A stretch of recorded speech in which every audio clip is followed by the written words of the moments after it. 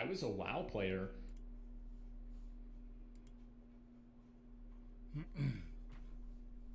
Trick. I think that you should grade the quality of a game based off of the time that you spend playing the game and if you enjoyed that time or not. Because there's a lot of games that I've put 15 hours into that I would recommend more than a game that I'd put 50 hours into. Anthem by the one and only BioWare. The studio once celebrated for the very successful Mass Effect and Dragon Age franchises. Oh Anthem yeah, they're coming out with a new one of those. With very confusing marketing, a lack of in-game content, and pretty terrible technical issues that quickly drove players away. If I remember correctly, players didn't even come to it because of how bad the gameplay looked compared to the launch trailer or the gameplay trailer. Mass Effect Andromeda is another prime example of this. Plagued by terrible animations, off-putting character design, and a lackluster storyline that severely damaged the franchise's reputation. Then there's Assassin's Creed Unity, which was infamous for its buggy and nearly unplayable launch. As for Halo, and I don't really want to dive deep into this, but it saddens me how 343 Industries have mishandled the series through ego, greed, and short-sightedness. For me, one of the sad ones... I don't think it's any of those things, ego or greed, personally. I do think it's ego to an extent. That's not true. But I think it's they just don't know how to make a good game. They don't know how to appeal. Like, the fact that Halo Infinite didn't launch with an official Battle Royale mode. They tried to put their own spin on it and tried to make it their game, but ended up like ruining, pretty much ruining the IP. It's pretty much Call of Duty now.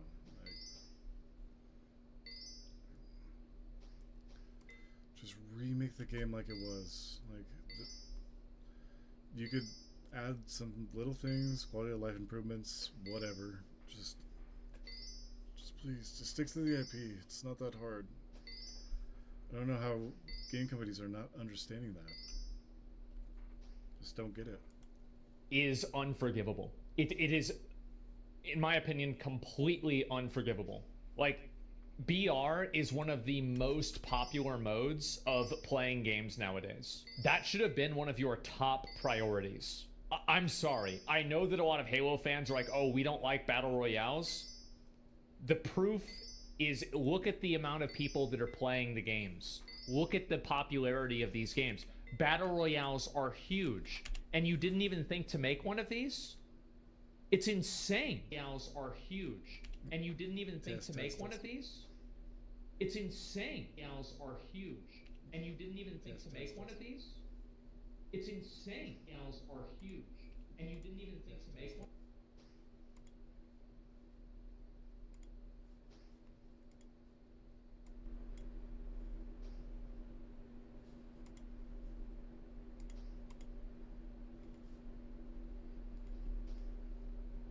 Test. Test.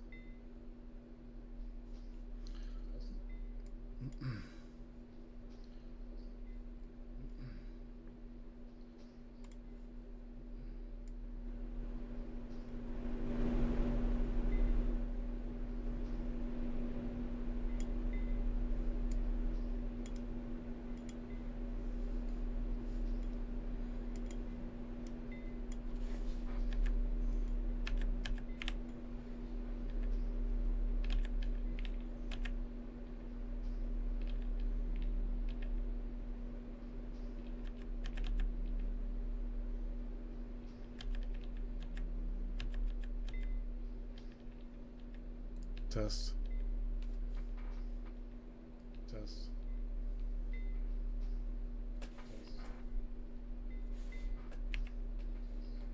Test. Test.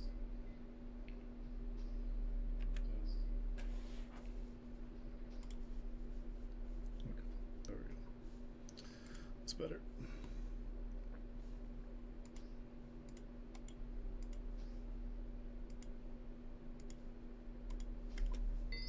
Think about that. It's crazy. I hate BR. It doesn't, like, I hate BR. I don't like BR. I don't care if you like BR or not. The truth is that it's an extremely popular fucking game mode, especially when Halo Infinite came out, and it should have released with one of them, and it would have kept more people talking and playing the game. Like, all you have to do is look at Modern Warfare and see what happened when they released Warzone. Warzone spiked the player base of Modern Warfare by like 1,000x.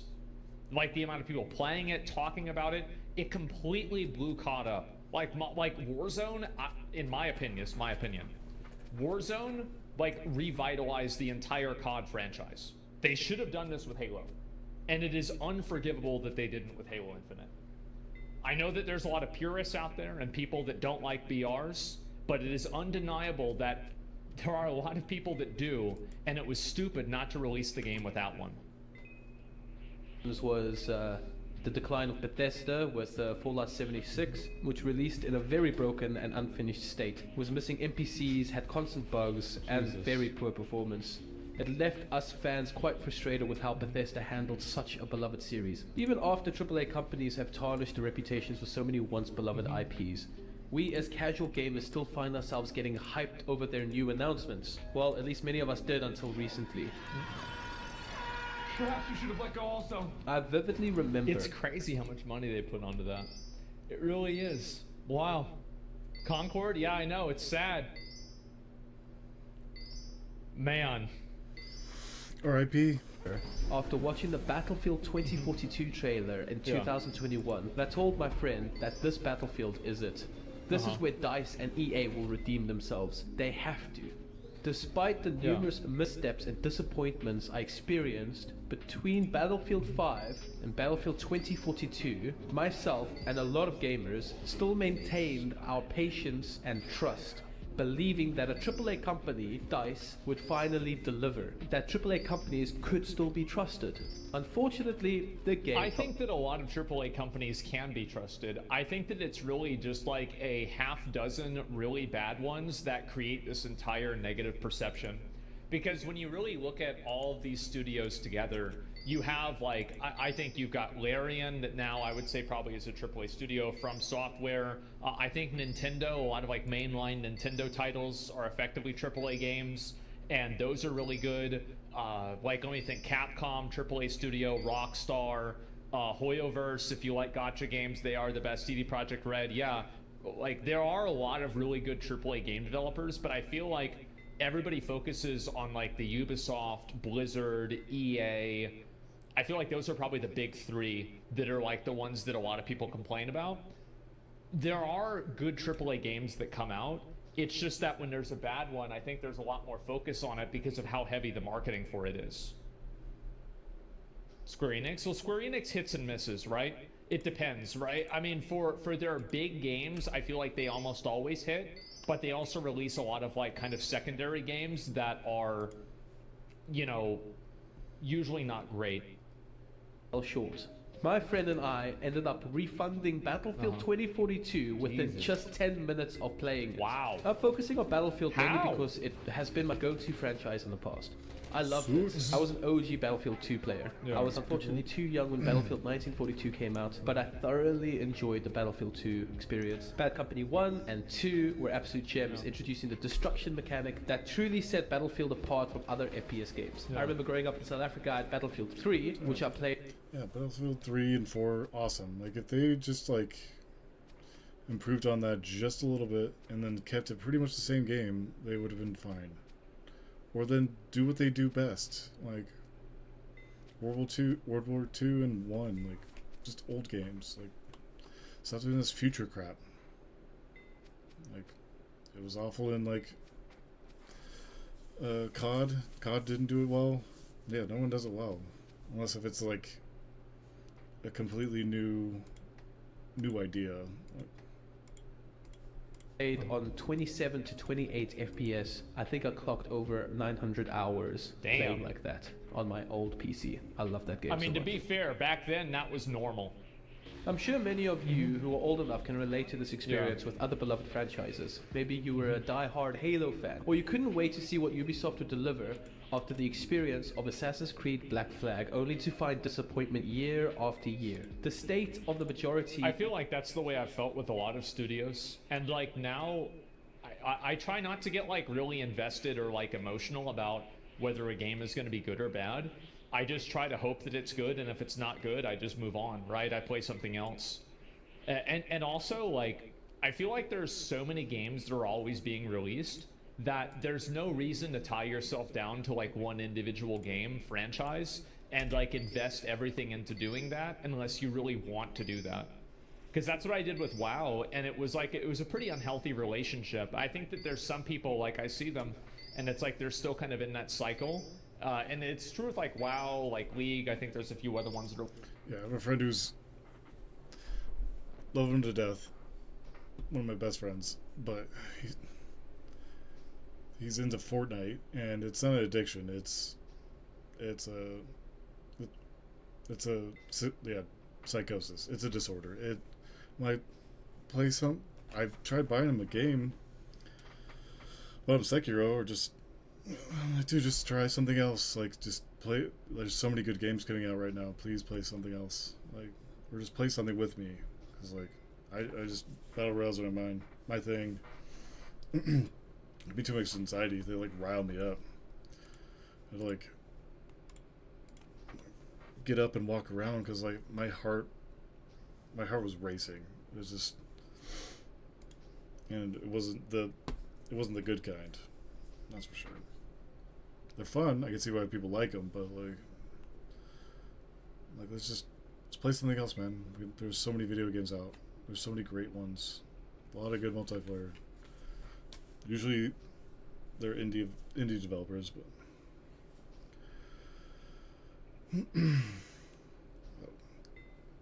It's like kind of ranting, but yeah, like you said, like it's okay to do it. It's just want to play games with my friend. I want my old friend back before Fortnite. Like that too. Of AAA gaming is devastating. Yeah, there are only a few exceptions. It. Companies that seem to still have their fans' best interest. And a side note, he does play other games, but he mostly plays battle royales. Yeah.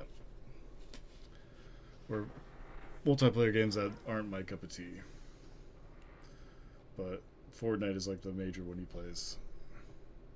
Just trying to get him to do something else. Just take a break. At heart, even among these, cracks and doubts remain. Rockstar Games and From Software are notable exceptions, but today I want to focus on what I grew up defending, admiring and loving. Ubisoft. I used to brag to my friends about how much I loved Ubisoft and their games, urging them to join me in this passion. Assassin's Creed, yeah, it was game-changing. And life-changing. But now I find myself checking the news and stock prices to see if they finally pulled the plug on their life support. The security... Funny thing about that is that there's actually a post here. Let me see if I can find it. I saw this today. Ubisoft is, quote, reviewing all of its strategic options for its future. Oh, that always yeah. That sounds really good. Reviewing its strategic options for the future. Uh-oh. To this place where I want to see Ubisoft crumble and go bankrupt. They've made me feel stupid for supporting them. Treating casual gamers like we're not in the know somehow, or we live under a rock. Usually someone like me... I also, you know what? I think he's right about that. That's really true. Like, they treat casual gamers as if they're stupid. Like, they release something, all the hardcore gamers fucking hate it. And they're like, that's okay, we've got a bunch of morons that are these dumb dads that are gonna buy the game, and we're gonna be fine, guys, don't worry. It's nuts. Whatever you think about it, they don't respect their time? Yes. Just a casual gamer doesn't pick up on the behind-the-scenes politics of game companies. I'm just living my life. Yeah, it's like... Yeah, people just want to play games. Yeah, there's nothing wrong with that, but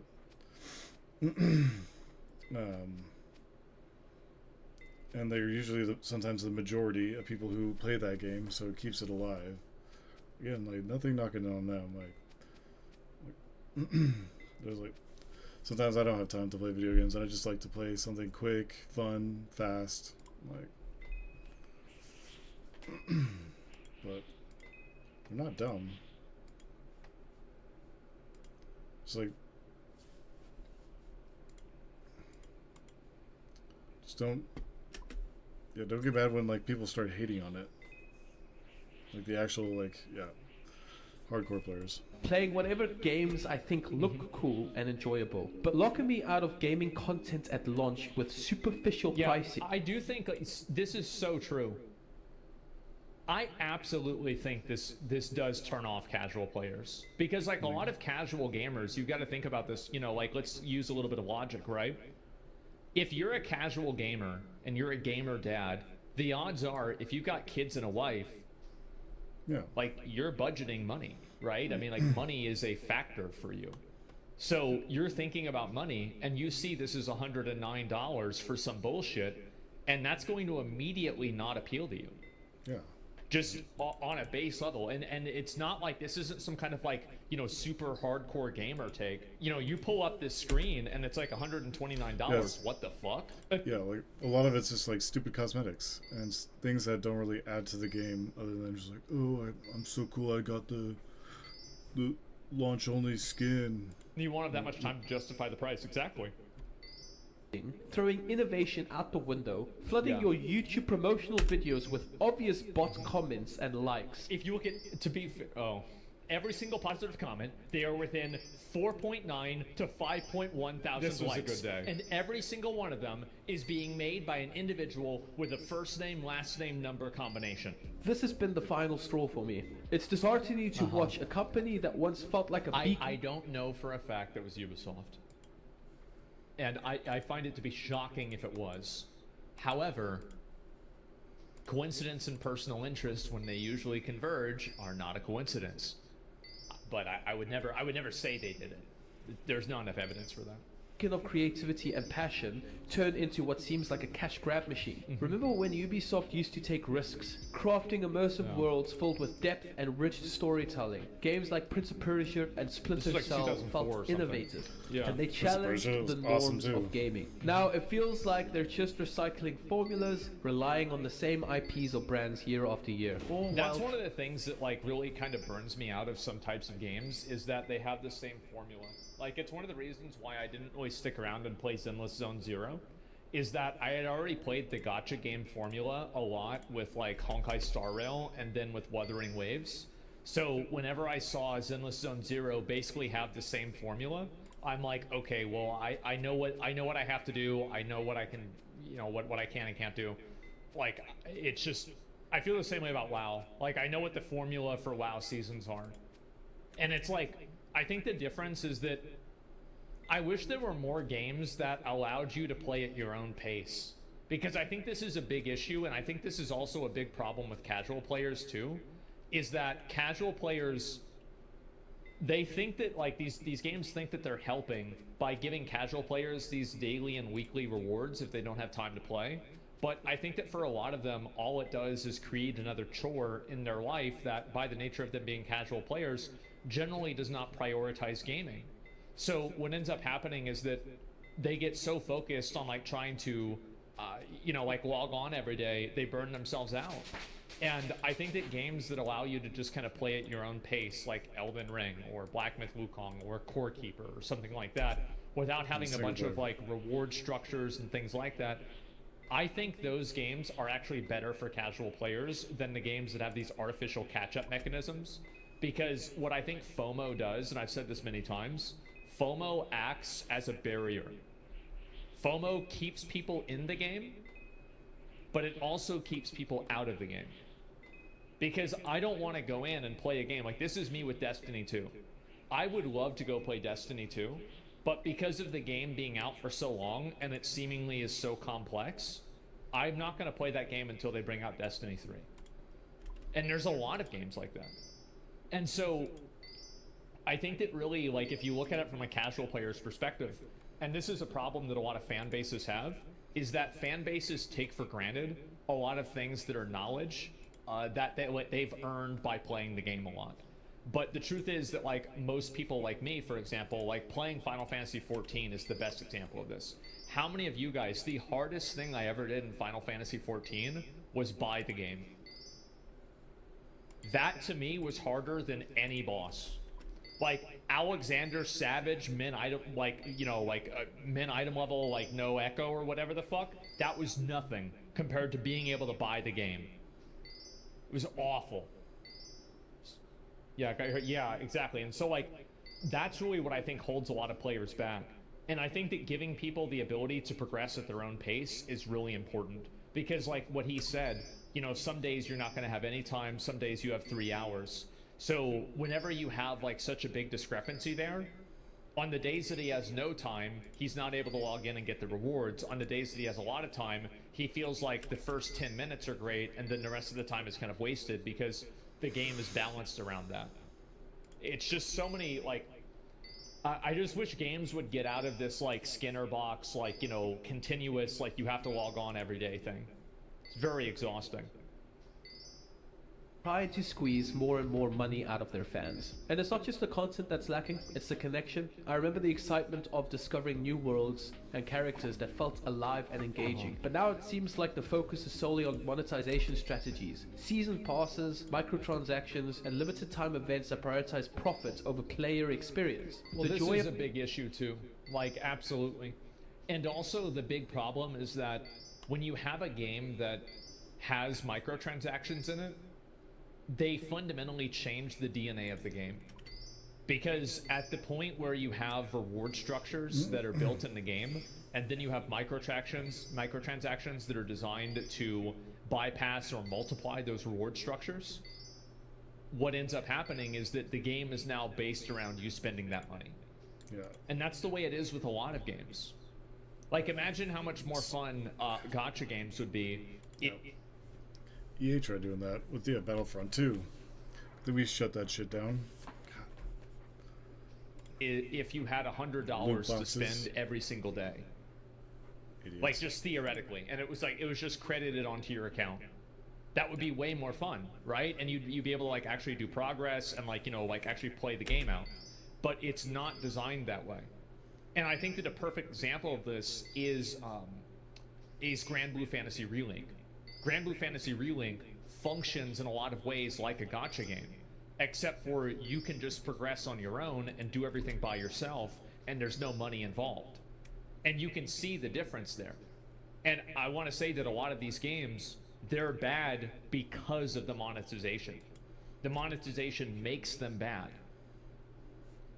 Of gaming has been overshadowed by this relentless push for profit. Now it's like they're not going to add in the really cool armor sets and video in the game if they can put it in the store, because now the store armor sets, they want them to be more exciting and more interesting because that's how you make more money. It's like just basic logic. Do people want to buy something that looks cool, or do they want to buy something that looks like everything else? For profit. Now, I know this is being said all over YouTube. I've come across videos of this before, but I am coming to you as a casual gamer. A lot of us are only discovering this in the last few months. Some of us maybe in the last few years. Some of us even today on this video. And I think also this shift towards live service is also really demanding, and it's draining on casual players like him. Because like each live service game demands a certain amount of attention. And whenever you have to put that attention into the game, it can become very draining. Like, how many of you guys have played a live service game that's felt like a job? Covering these things. The thing that I find crazy is with the grace that we show these companies, we still Division tend 2. to trust I their love it, trailers but and their adverts. You guys have promised Every gamer boycott is only 1 3-minute cinematic away from... I'm just like behind on it. It's fun. Love a third-person shooter, but it's just I can't really explain it. It's just it lost it. Like Division 1 was awesome, a great idea. I guess it just lost its spark. Just lost interest for some. But from being over. Yep. So much. That's through right. Your gameplay trailers, your cinematic trailers, all of that has just not been there. I think the first case of this, where I truly experienced it, was the first trailer that came out for The Division. I remember looking at this thinking this is truly a next-gen experience. Yeah, people were really excited about forward to this. This is going to be great. And then actually watching gameplay footage after it. And what I find strange is over the crazy how it could just get worse. We're so used to this as gamers. We have normalized this. We expect it. We watch a gameplay trailer and we're like, okay, I know it's going to be worse on launch, but it is what it is. We just accept it. After all of this, for quite a while, I believe that Ubisoft had the potential to return to its roots, to listen to us fans and reignite that spark of creativity. The thing that drove this thought was, don't they want to make money? Are they not tired of losing money? But apparently their idea of making money is very different. Everyone is trying to be the new Fortnite with their battle passes, with their DLCs, with their paid for content, their add-ons. And like you think about a battle pass, like look at this armor set for example. This armor set is fucking awesome. This looks really, really cool. And in an old video game, this would have been obtained from beating the game on the hardest difficulty. But it seems like you just buy it with money now. That's it. Especially on single-player games, which makes no flipping sense. So I used to believe this. I definitely don't believe this anymore. I don't believe that there's actually a way for Ubisoft to come back. A wise, bold man once said, I believe you cannot reason a person out of a position that they did not reason themselves into. In this case, the person is a large AAA company. Greed, ego, and toxic positivity that permeates their messaging doesn't stem from reason. They come from a disconnection with the very players who once supported them. It's frustrating to see how these companies prioritize profits over passion. The decisions being made seem driven by a boardroom mentality rather than a genuine love for gaming. When the focus shifts to I think it's much more broad. It's that as the company grows in scope and scale, it involves people that are not endemically involved with its with the industry. And so you have somebody who's like a CFO that's coming from like Kellogg's. I'll be right back.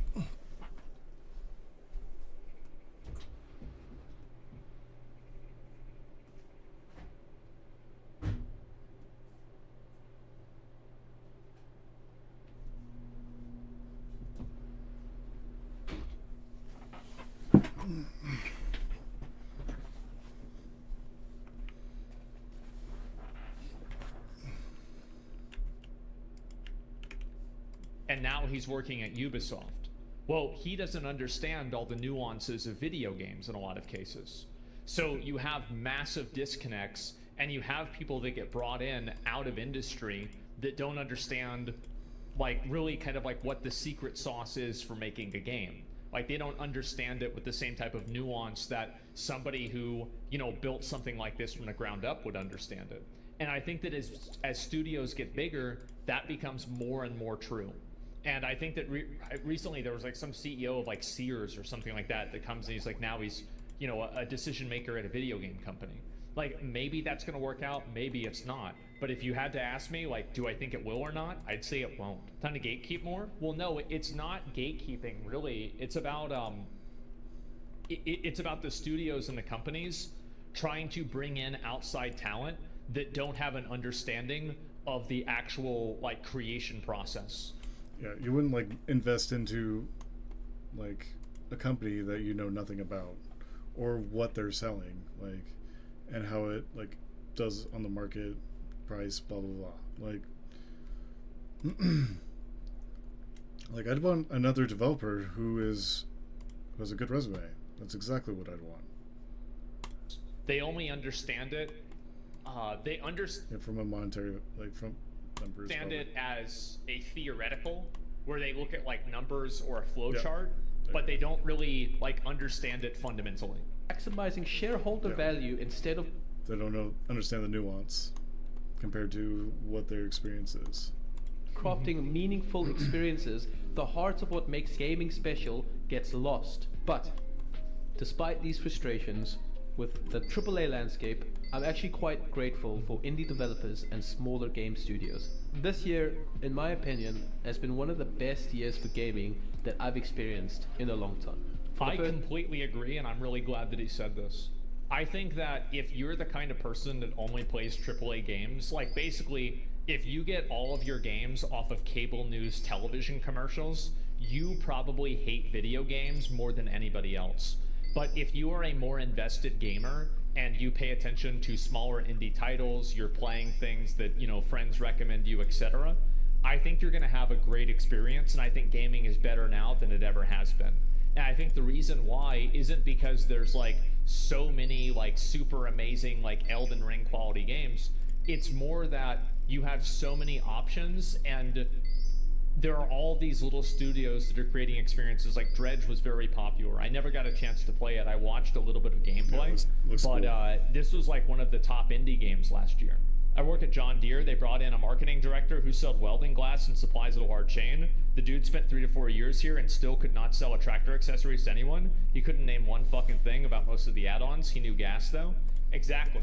And that's what happens is as a studio gets big enough that they try to like hire people to like operate it on like a theoretical level, and then they lose sight of what the They like this guy could probably bring in a bunch of money, like piece of stockholders, like actual like creation processes. I think that's what happens. This time in years, I actually find myself with multiple games on my Steam account. Here's another example of that is FaZe. Remember FaZe had that problem. Then FaZe Banks bought out the company again, and then he went back and he took it back to doing what it does best, which is creating content for teenage guys, and FaZe is fucking killing it. It's because it was taken over by a bunch of corporate suits that had no understanding of what the actual product they were trying to sell was. That I really want to dive into, but I just don't have the time to play them all. Titles like Black Myth Wukong.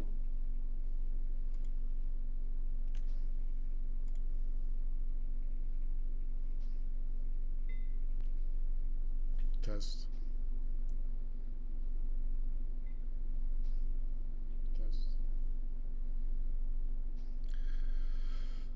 Testicles. Testicles. Testicles.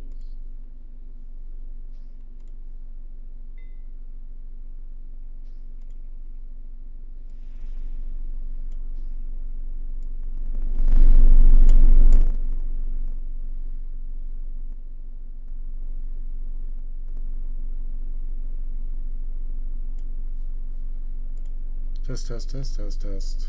Test. Test, test, test, test, test. Test. Works for me. I'll dive.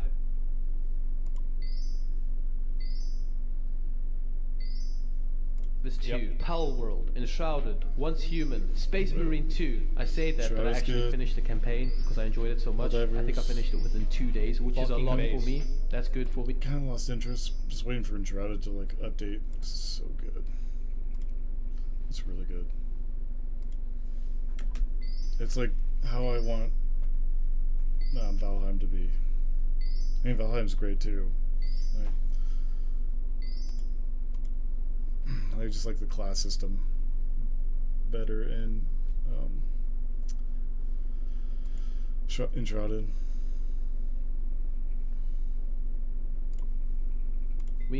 All these games really have captured my attention this year. They are innovative and original. Some of them not original, but they take what we've loved in the past and they've expanded on it with innovation. Hades 2 is a great example of that. I mean, in a lot of ways, I kind of like the gameplay of Hades 1 more, but I didn't play enough of Hades 2 to really say that with like any sort of certainty. And I think Elden Ring...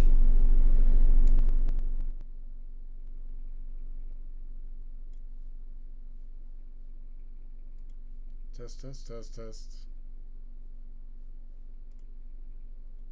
Test, test, test, test.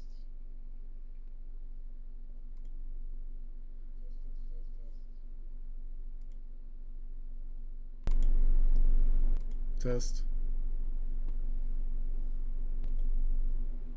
Test.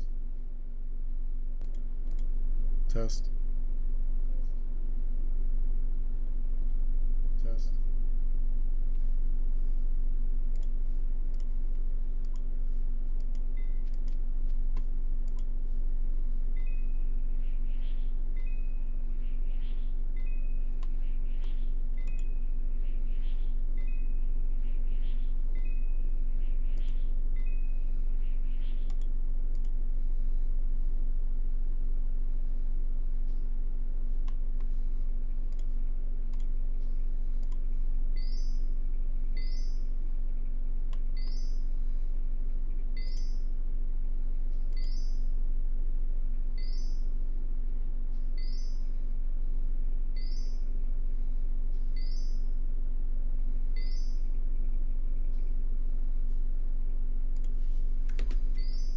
like a lot of what is in Elden Ring isn't really new, but it's just done very, very well. Passion with obvious zeal for their gaming. Take Palworld, for example. Everyone loves Pokemon. People enjoy it. I never really got into it myself, but hearing the stories, watching the YouTube videos, everyone... It's actually crazy to look at how fucking garbage Pokemon... This looks so bad. This looks like it came out of a GameCube game. This is insane. Waiting for Like a a Wii. Pokemon game like Palworld. For me, Yeah. Palworld scratches an itch that a lot of people have been Yeah. dying to scratch Exactly. for many years. It's like, the one he was talking, he showed, the Nintendo one, they had the right idea, but it wasn't just all there. It could be Power World, like, but with, you know, PG without guns and like butchering them and enslaving people. Years. And But, yeah, like, this is why Palworld has been successful. Yep. that's why, like, yeah, like Nintendo did that, signed that patent when it came out, so they could just like sue them for copyright, even though, I mean, yeah, there is a lot of characters that look like the existing ones, but they made it their own, and it's kind of like editing a video of somebody else's like video. You know, you can't just like copy and paste and then upload it. You have to make it your own. But it was, yeah, Power was great. Like, it definitely scratched that itch. Like, still love playing Pokemon. I got the DS, Silver, Gold, Emerald, Ruby, Soul Silver, Heart Gold. Great, awesome. Like, later gen, I'm probably not gonna play, but yeah, like, just like great IP, like the RPG version of it. Yeah, it just didn't. I haven't played it recently, but yeah, Power World just definitely crushed it. Yes. Why have you not made a game like this, Nintendo? Who knows? I bet you $1 million that there's a bunch of guys at Nintendo that are like, see, I told you they'd want a game like this. Yeah. Why aren't we doing this? See, oh, they did it, but oh, I was wrong for saying we should do this. Well, look at that. Look how many copies they sold. I told you guys. Absolutely, they're thinking that. Yeah, like, I've been saying, like, I've been waiting for like 20 years, 25 years for them to do that, or 20 years. It's like, this needs to be live action, like Pokemon Stadium, but with like full contact. Like, Pokemon could attack you. It's in game. Like, there's no cutscenes and nothing. It's just, yeah, catching Pokemon in real time, not turn based. Like, change it up. 100%. Take some notes from Power World. Yeah, they're not stupid. You don't like money, apparently. Yeah, now, yeah, There's he other gets games fired. that I am also looking forward to playing, which I just don't have time. Yeah, put survival in it. Yeah, make it a survival game.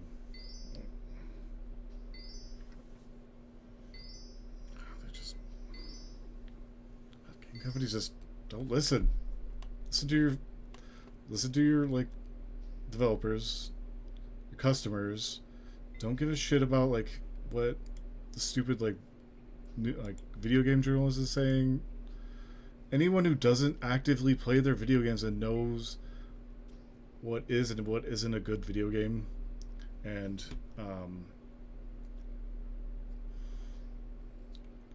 knows what people will and won't like, who kind of have an awareness of what, like, how a steak should be prepared. Like, listen to those well done people. Don't listen to them. It's medium and below. Maybe not even medium, but like, still. Time for like Deadlock or even the DLC for Elden Ring. These Yeah. games, plus many more, remind me of the creativity and passion that still exist in the gaming world. I think that also, like, if you talk about Deadlock, one of the reasons why I haven't really played a lot of Deadlock is that it's a competitive game, and I feel like the skill count for competitive games go up so fast that it's not as fulfilling for a casual player to play one anymore, because there's so many of these like nuances and like esports like focused designs that make the game like highly technical and like hard to play, and the good people get so good that it's like with Fortnite, right? Like, I mean, how many of you guys like loved Fortnite on release, and then, or like in 2018, I don't think it was really released then, but like, you know, whenever it first came out, but then when people started like power building and like fucking turbo building or whatever, like you pretty much were like, okay, this is too much, and you stopped playing. No, look, giant learning curve. That was me. You know, it's like I build like a wall, and then I build a ramp, and then I'm like, okay, all right, let's go. And the guy next to me has built a mansion, and he's shooting a rocket at me. Yeah, they built a hotel, exactly. Igniting my excitement and hope for what is to come, but not from AAA games, AAA companies, Basically, or AAA all I IPs. suck now. In an ideal world, Well, it is that basically you suck now, but that is true. It's basically like, I don't want to play the game because I'm going to suck at the game. But the problem is that being able to get good at a game now requires such a massive time commitment that unless you're maining that game, it's really hard to stay cutting edge with it. It's a competitive game. Yeah. Same with For Honor. Like when it first came out, I played it. That's all I played, and I was great at it. And slowly over time, yeah, they change so much. Like yeah, the meta changes all the time, and like different specific skills, how they work. Yeah, they tweak them, and it's just kind of like, you know, relearning to walk again. See the death of Ubisoft, of other big AAA companies I think eventually. that's true. And with this death, I hope that they are able to sell their IPs to other companies that are passionate about gaming. Yep. I would love to see Star Wars or Assassin's Creed in the hands of a company that cares about the fans. I think I'm going to end this video here. I'm planning on doing a part 2 of this, so do subscribe if you're interested in that. But yes, otherwise, thank you so much for watching, and I hope you have a wonderful day. I'm gonna be honest, if this guy had 100,000 subscribers, EA logos on game covers or in magazines, knowing that they are the death of Ubisoft. But then when people started like power building and like fucking 100,000 subscribers, I'd say that he deserved more, and he has 232. So I'm gonna link you guys the video. This was such a great video. This is made by a guy, he must be one of my viewers, right? He mentioned a few things I said in the thing, and he asked me to watch it, and This is only 17. That was a different.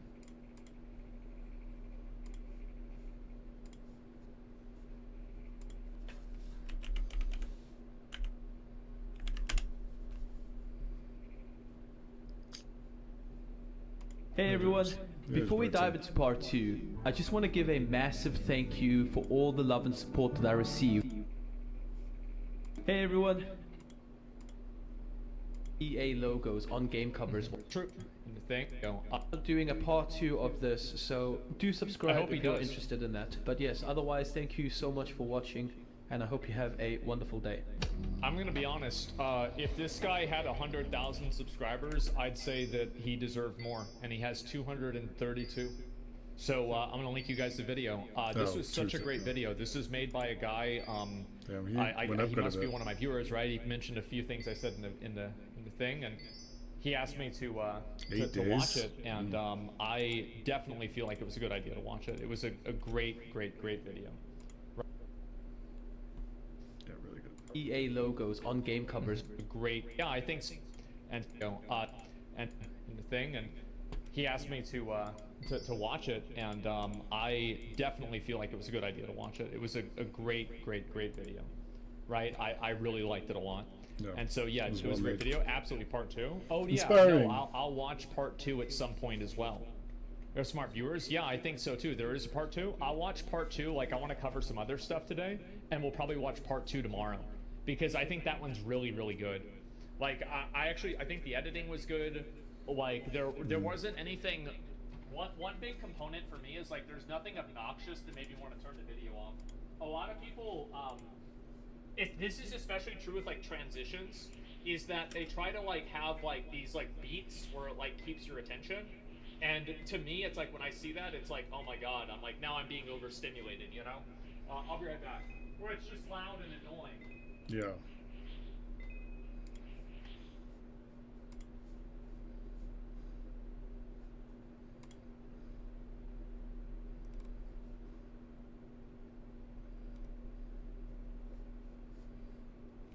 This Oh, it's game already- has brought out a lot of people.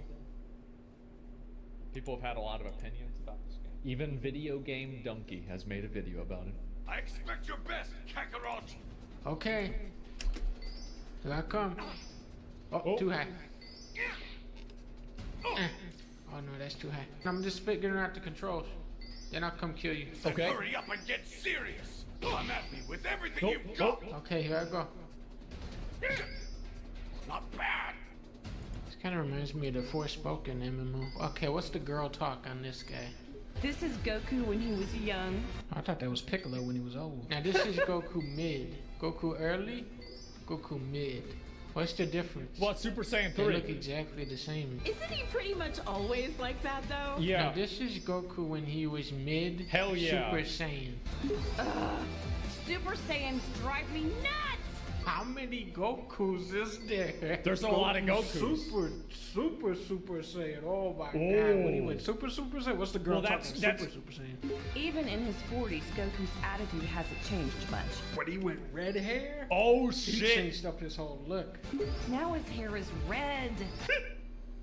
Goku Super Saiyan God Super Saiyan.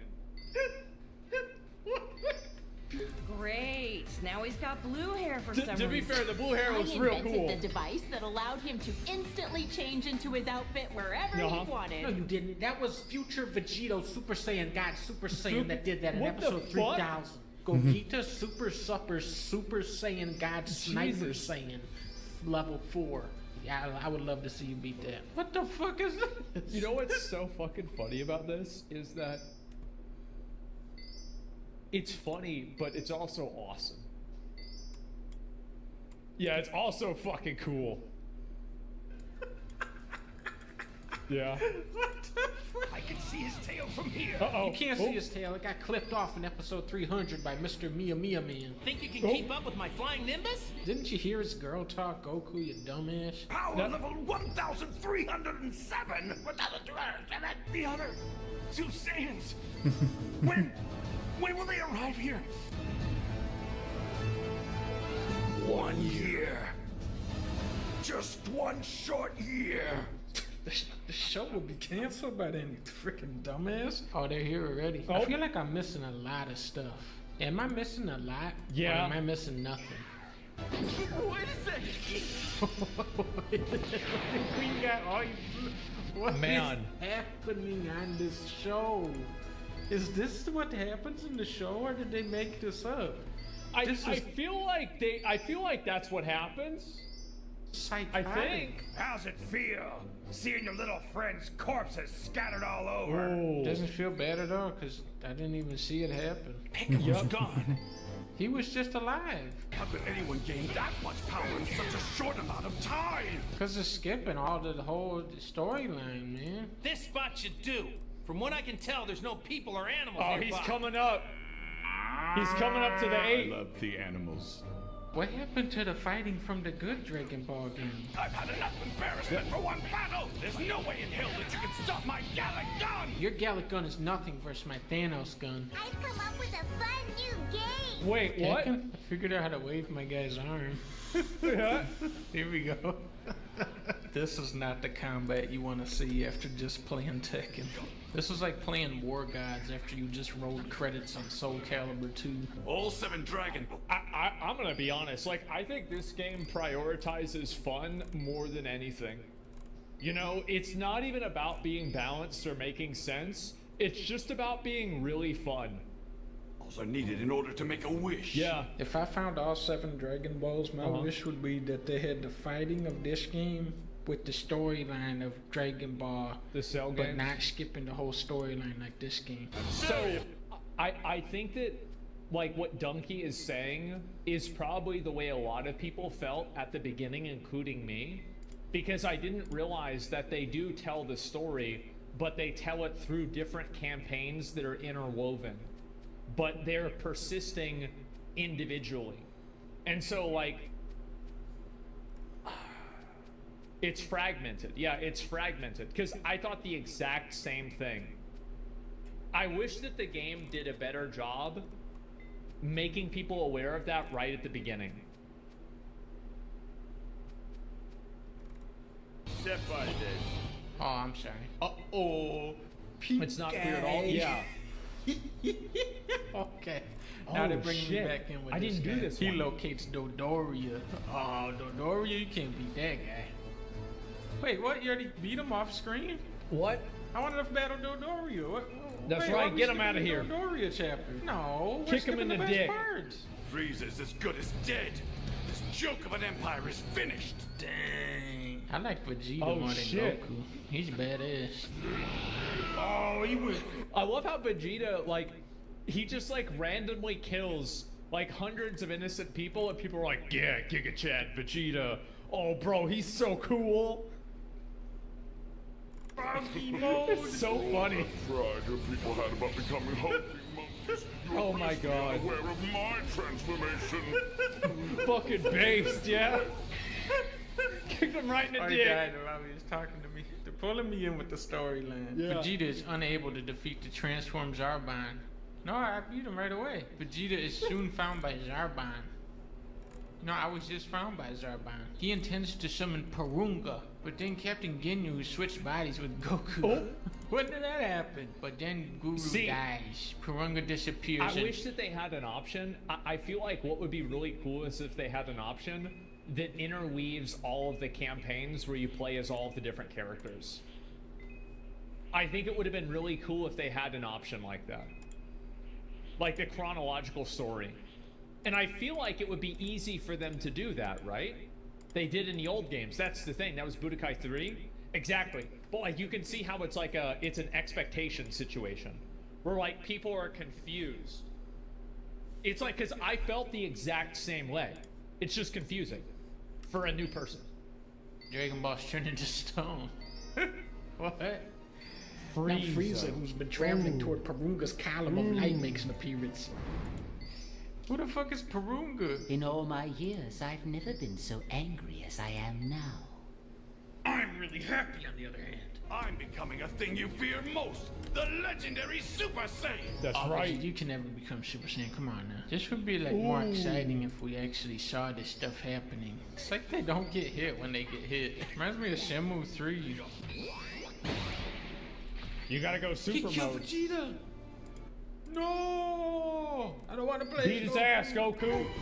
Beat his dick off. Why are you doing that? It's just a little kid you're fighting. I've mastered the combat of this game. You hold right trigger, right? Hold charge this up for a while. Then you hit B. Nice. This is possible. Just hit the B button. Why are we fighting? There's no point. This did go so fucking hard. When Gohan went Super Saiyan 2 against Perfect Cell. Oh my god. Oh, absolute fucking cinema. Yep, it was crazy. Only cool Gohan moment? It was. That's awesome. Man. And then I feel like obviously Goku going Super Saiyan for the first time is like, that's peak. And then Goku going Super Saiyan 3 for the first time with like that, because like Super Saiyan 2 is basically like Super Saiyan 1 but with a little bit more hair. Whereas like Super Saiyan 3 was like totally fucking different. It was so fucking badass, man. It was just like, it was, oh my god, it was good. That's actually Man. a really good point. So, I'm actually surprised. What's funny is that Donkey, this is how you know he's like an actual video gamer, is that he didn't even bring up the Great Ape. It wasn't even part of the video. It was like, yeah, oh, people had trouble with that? Oh, okay. Yeah, it wasn't even like, it's not even like acknowledged. Yeah, of course, just beat it.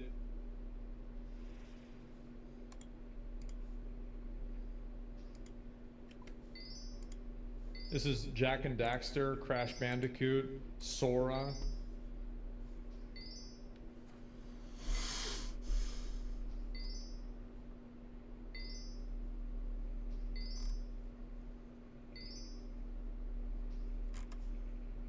Let's see what.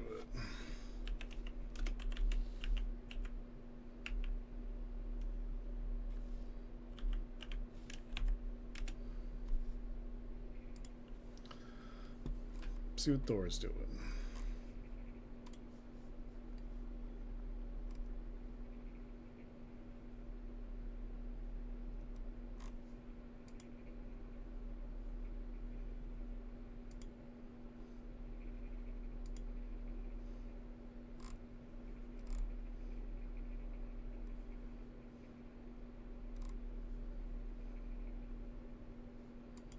The things that I have seen in this so far is that they've done a very good job on the expansion, which is not what I expected. I expected this expansion to suck. I expected it to be boring, like I'd seen in other expansions, but they actually did a really good job. I've waited to talk about this because I wanted to experience all of the content, and I've actually done all of the quests in the game that are available. The only one that I have not finished in all of them is Memories of the Sky questline, which is not available until Tuesday, so it'll be available tomorrow, and then I can actually do it. First thing I'll look at is, if we look at these zones, you'll find these little chests and stuff all over the place. They took that from Legion. I remember at the end of Legion, we had that final zone, and there were just like random chests around the world, and there's always like little things to pick up and interact with and like find things. And yeah, I enjoyed those as well. I really liked those because it was cool to go and do that and see that. They also added in like a lot of the rare spawns, and the rare spawns spawn in specific conditions, or like you have to go and fish and fish, you know, and then throw it at a frog, and then the frog actually turns into a rare spawn. Like, there's a lot of little things like this that actually feel really good. Outside of that, the fantasy of the environments is insane. Like, this crystal up here in the sky is not only light source for the zone, but it's fully dynamic. Like, it changes to a shadow version and the whole zone changes. Like, the fantasy of the zones feels like what WoW wanted to be, but didn't have the technical prowess to be able to be in the previous versions. Like, it's finally there. They're finally able to put in the fantasy that they can dream up rather than what they could do. It's what they would have done had they had the ability, and like they have it now. So like that's cool as shit. It's really goddamn amazing looking. That is cool. So all of these zones just look awesome. Like they look really, really good. It's very high fantasy. It's exactly what I was hoping for. From there, the dungeons feel very imaginative. They're really well made. There's a couple of bugs that I've run into where like some of the dungeons have had serious problems, but that was before the patch the other day, so I've not had a single issue since then. They fixed a bunch of shit, which is good. So the early access had issues, but not anymore. The class fantasy is much, much better now. So like we look at Loon's Chosen here, you don't have to choose between these. You get all of them. You just have to choose between the ones that you want to choose here. And I didn't go with some cookie cutter build. I actually went and tried a unique build here where I've turned Thrash into like a super high damage arcane ability. And then I made it so that my arcane abilities do more damage, and then I heal all of my arcane damage done. And like it hits like a truck. It's actually like 100,000 damage AoE that trucks everything in the area, and then the dot on it is also arcane, which heals me. So like there's weird builds that you can make now, which is just great. Also, you get flying the moment you enter the expansion. You don't have to like level it up or do any bullshit. You just get it, which is awesome. Outside of that, how many of you guys are solo players? They just want to play solo content. How many of you guys just want to play solo content in the game and you don't give a shit about groups or any of that stuff? They made it so you can run any of the dungeons as a follower dungeon, so you get NPCs. You don't have to deal with other players. You can even set the NPCs to be the leaders of the group, so they go forward and you just stay with them. So you don't have to be the leader of the group. You can make the NPC the leader. Outside of that, you can also do what are called delves. Delves are found out around the world. We'll click on one of them here. Skittering Breach is a delve. And you go into that with a follower, and that follower gains levels as reputation, and he can get up to, I think it's level 50 or some shit. No, it's 60. So Brand Bronzebeard is my follower, and he's level 11. I need to go and run those delves, and those delves do give really good gear. So, like, they've done a very good job at trying to retain that solo play for the players who do want it, to make sure that you have a place in the game, which I didn't expect.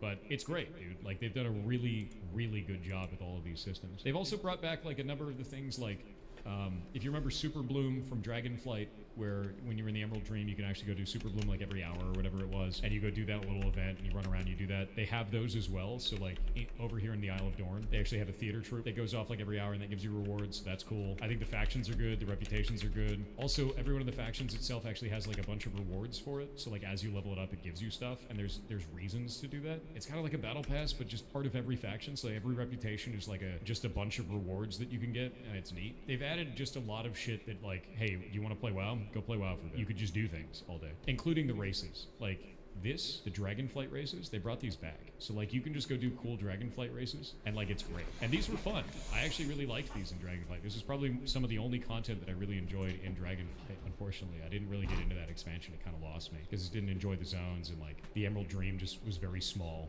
and I really like the Emerald Dream because I play a druid, right? But like this is great. I'm really impressed. I completely anticipated getting into this expansion, not being impressed by it, and then just quitting and being like, well, yeah, it's another WoW expansion I just don't give a shit about. And like, nope, I'm in. Yeah, they got me because it's fun. It's like really, really fun. And I cannot wait to see more of this. Also, the music. Holy shit, is the music good this time? It's wild.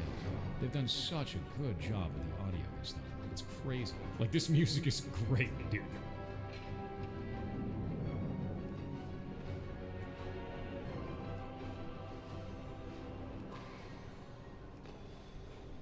So every one of the environments kind of has just these really nice tunes. Yeah, all of the music is just very nice. Outside of this, honestly, it's just the fantasy of the expansion, dude. They finally brought back a game that, like, feels larger than life.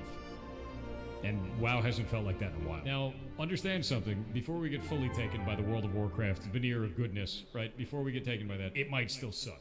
And the reason why I say that is you're at the beginning of an expansion. It's real good right now, but they have to keep following it up. And I don't know if they will. However, this is good enough that I'm going to give them the chance. And that's how I feel about this, right? I'm going to give them the chance. We'll see if they keep following it up.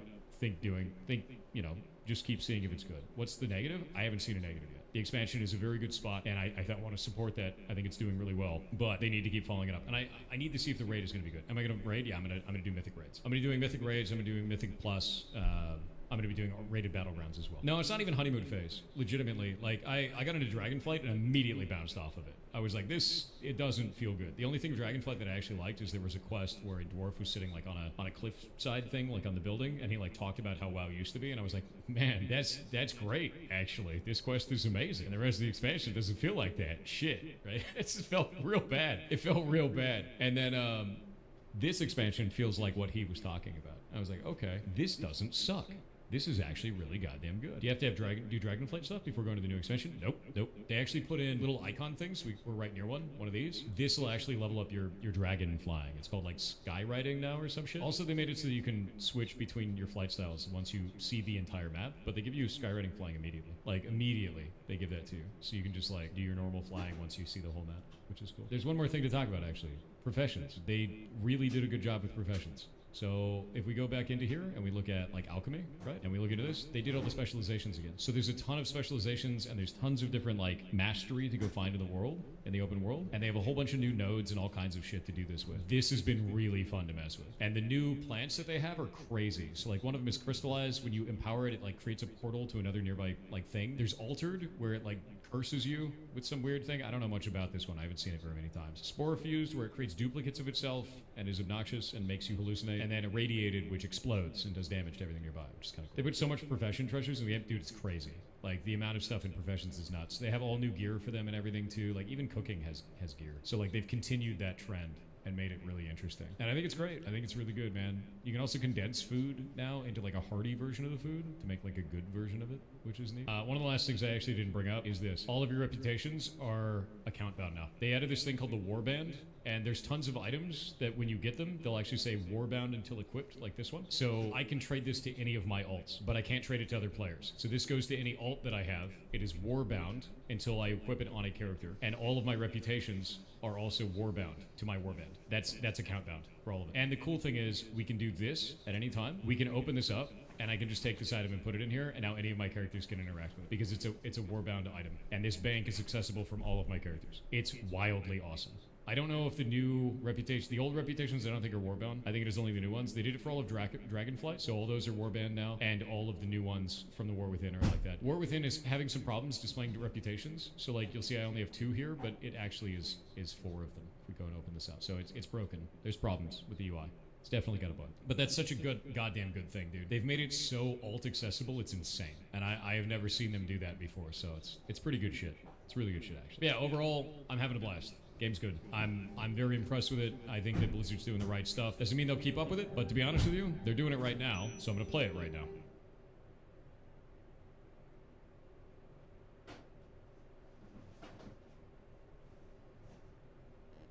Frigining is upon us. Don't leave the fridge open? No, leave it open, dude. I need to breathe. I'm in the fridge. I'm live. Why, hello. Can the fridge people see me now? 8-bit Dylan. Am I fridge viewable? Hello, fridge people, if you're there. What's up? So, for all you new guys, my name is Thor. I make video games. Been in the gaming industry for 18 years. Used to work at Blizzard Entertainment. Worked on everything from World of Warcraft Vanilla all the way until Overwatch, except for Burning Crusade, because I left for a while. And then I left and I worked at Amazon Game Studio on the Lumberyard game engine. And then I left that and I hacked power plants for the federal government. So I was a pen tester working at the DOE. And then I quit because I didn't like having my hair cut short. And I started my own indie studio called Pirate Software. Now I make games on the internet, and this is what I've done full-time for the last 5 years. I just make games, and I build stuff on Twitch, and that's it. That's all I've been doing. So, one of the things I wanted to talk to you guys about immensely on here, the biggest thing of all, is our studio wouldn't exist without Twitch. Hands down. It wouldn't, what we're doing would not be possible without Twitch in any respect. Over the last year, we've finally gotten our own categories. We have software and game development as a category now, which is really, really cool. But on top of that, it's shown that so many different people can come in here and make their own games, which is something that they didn't think they would be able to do. So I'm going to show you something. I put together a website called develop.games. How many of you guys out there ever wanted to make a game? And you were just like, I can't do this. I'm not a good programmer. I'm not a good artist. I'm not a good musician. I don't have the ability to do this thing that I want to do. I don't have the technical knowledge on how to make a game that I need in order to do this. You have to be this high to ride the ride, right? It's not a thing. So we're going to go into this for a little bit. But the first thing is, what skills do you need? None. You don't need to know anything. You could be bad at everything, and it's totally fine. So let's go into a few of these. You don't need to be an amazing artist. Thomas Was Alone is a really, really good example of this. Really, really good example of this. Thomas Was Alone is a game about rectangles. And it's going to make you cry. It's one of the most deeply moving stories you've ever... Oh my god, did you skip... How many is that? Barely Mod Mother. What is this? Hey, Pirate Software, you inspire many with your talent and wit. We wanted to give you something that would fit. 20 gifted subs, dude. What a boss. Thank you very much. Holy moly, dude. 20 gifted subs. What a mad lad. Now we're going to see the dog for him. Let him go. It's Baron. He's here. I'm going to pause it for a moment. We have so little time. Thank you very much. Seriously, that is a lot. That is a lot of subs, dude. You're amazing. Honestly. Thank you for making this possible, man.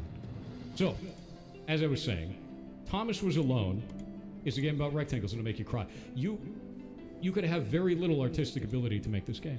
You could absolutely make this game. It's all rectangles, even the particle effects. Let's look at this. Look at this. It's all particle effects. They're rectangles. The objects are rectangles, and there's triangles in there. You can do this. It's programmer art. Nothing is stopping you from making this game. You go, oh, well, they had really cool lighting in that. Maybe I can't do that. What about Suits of Business RPG? What about this?